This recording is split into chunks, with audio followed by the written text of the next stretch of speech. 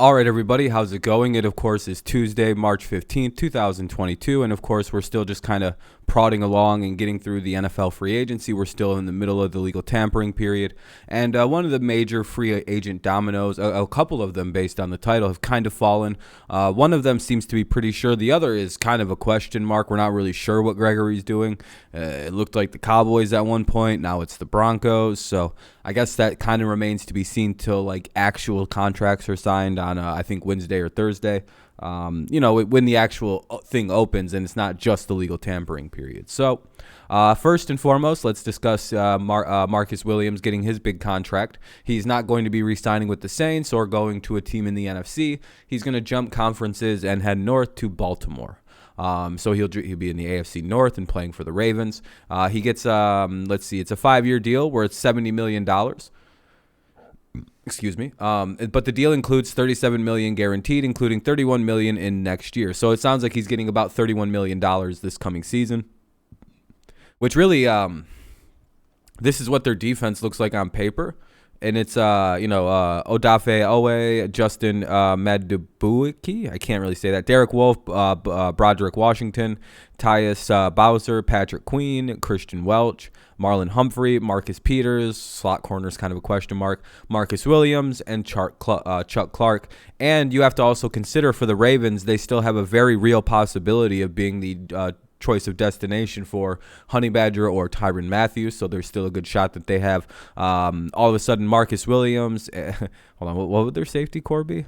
It'd be some kind of secondary of Marlon Humphrey, Marcus Peters, Marcus Williams, and Tyrann Mathieu, which would arguably be the best secondary in the NFL. It'd be very hard to compete with this. Slot is Brandon Stevens, who had a phenomenal rookie year. There you go. 31 mil next year. He checked his balance and fainted. Dang. Yeah, that's a lot of money, I guess, for Marcus Williams. But again, it's a well-earned contract. He's one of the better safeties that were on the market. So yeah, I mean, he finds a home. Baltimore gets a safety to play alongside Marcus. It is Marcus Williams, and we'll see how they do on the Tyrann Mathieu front. Big money though. $37 million guaranteed, $70 million over 5 years. So not too bad.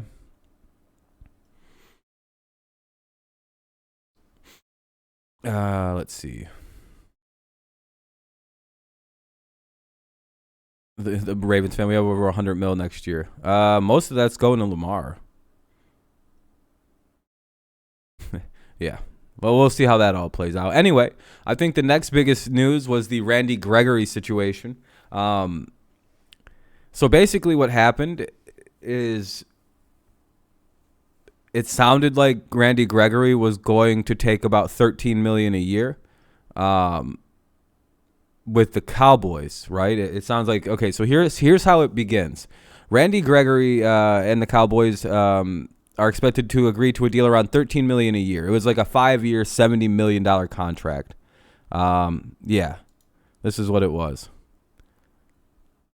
They announced a big agreement that they were re-signing Randy Gregory, and then moments later, within I think about a 10-minute time span, we got our first real plot twist of the offseason of the moves you didn't see coming. Right, all of a sudden it seems like he's signing with the Broncos rather than the he does a U-turn. He's going with the terms with the Broncos. Cowboys deal fell apart.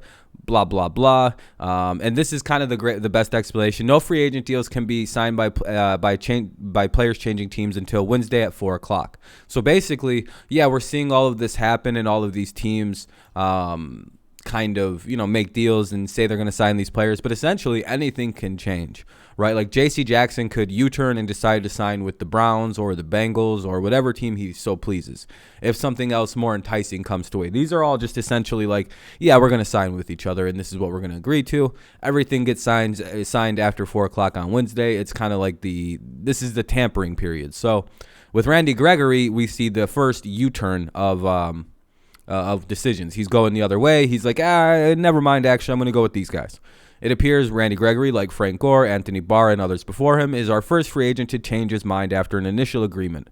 So, this does have precedence. It's not like it's a completely out of left field thing for it to happen. Okay, it's the same source. Okay, they're saying it's the same money per Mike Garofalo, so he's going to get a 5-year, $70 million deal. Broncos' current defense looks pretty decent. Bradley Chubb, Malik Reed, Draymond Jones, nose tackle Mike Purcell, defensive tackle and DJ Jones, edge of Randy Gregory, Jonathan Cooper, maybe Von Miller, Baron Browning and Jonas Griffith, Patrick Surtain, Ronald Darby, Justin Simmons. Ooh, that's such a good secondary. If we call that an Anthony bar, is this one a reverse bar? Yeah, fair enough. I think with Anthony Barr, he agreed to sign with a new team, then stayed with the Vikings, I believe. This one's kind of the reverse Barr. It's the agree to stay with your team, only to go ahead and spurn them, despite their complete patience with the guy. Hey, that's a fun reminder to the owners and fans that football is a dirty, dirty game. And, yeah. Dallas insisted on contract language that Gregory did not like protecting themselves, so he had. Okay, so basically it sounds like. It sounds like there was language in there that the Cowboys could use to shield paying Gregory the full amount if something were to happen, or just the Cowboys put in language that would protect themselves from any kind of issues that might fall out with Randy Gregory. As you kind of know with Gregory, he's got a complicated history.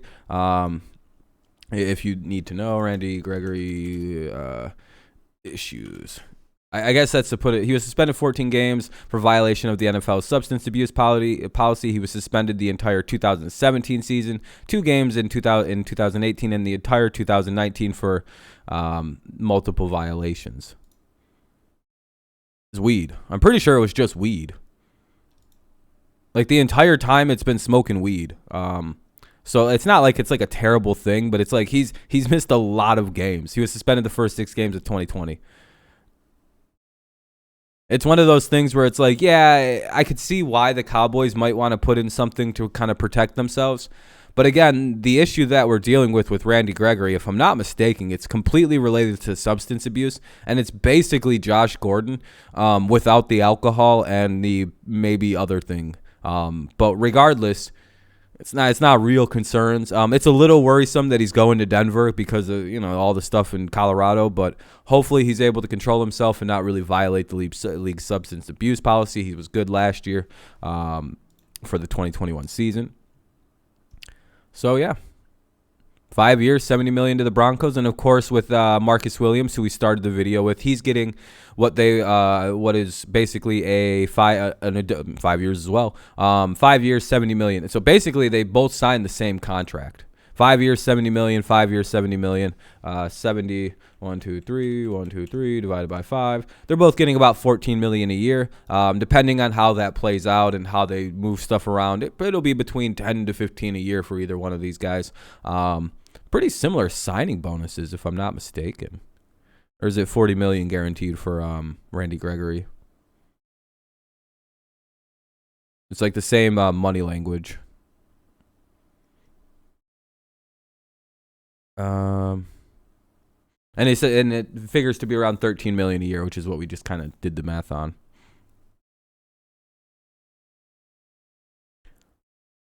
Yeah, okay, so yeah, $14 million a year. So not bad for the Broncos. They pick up a really good player as long as he can stay good and ready to go.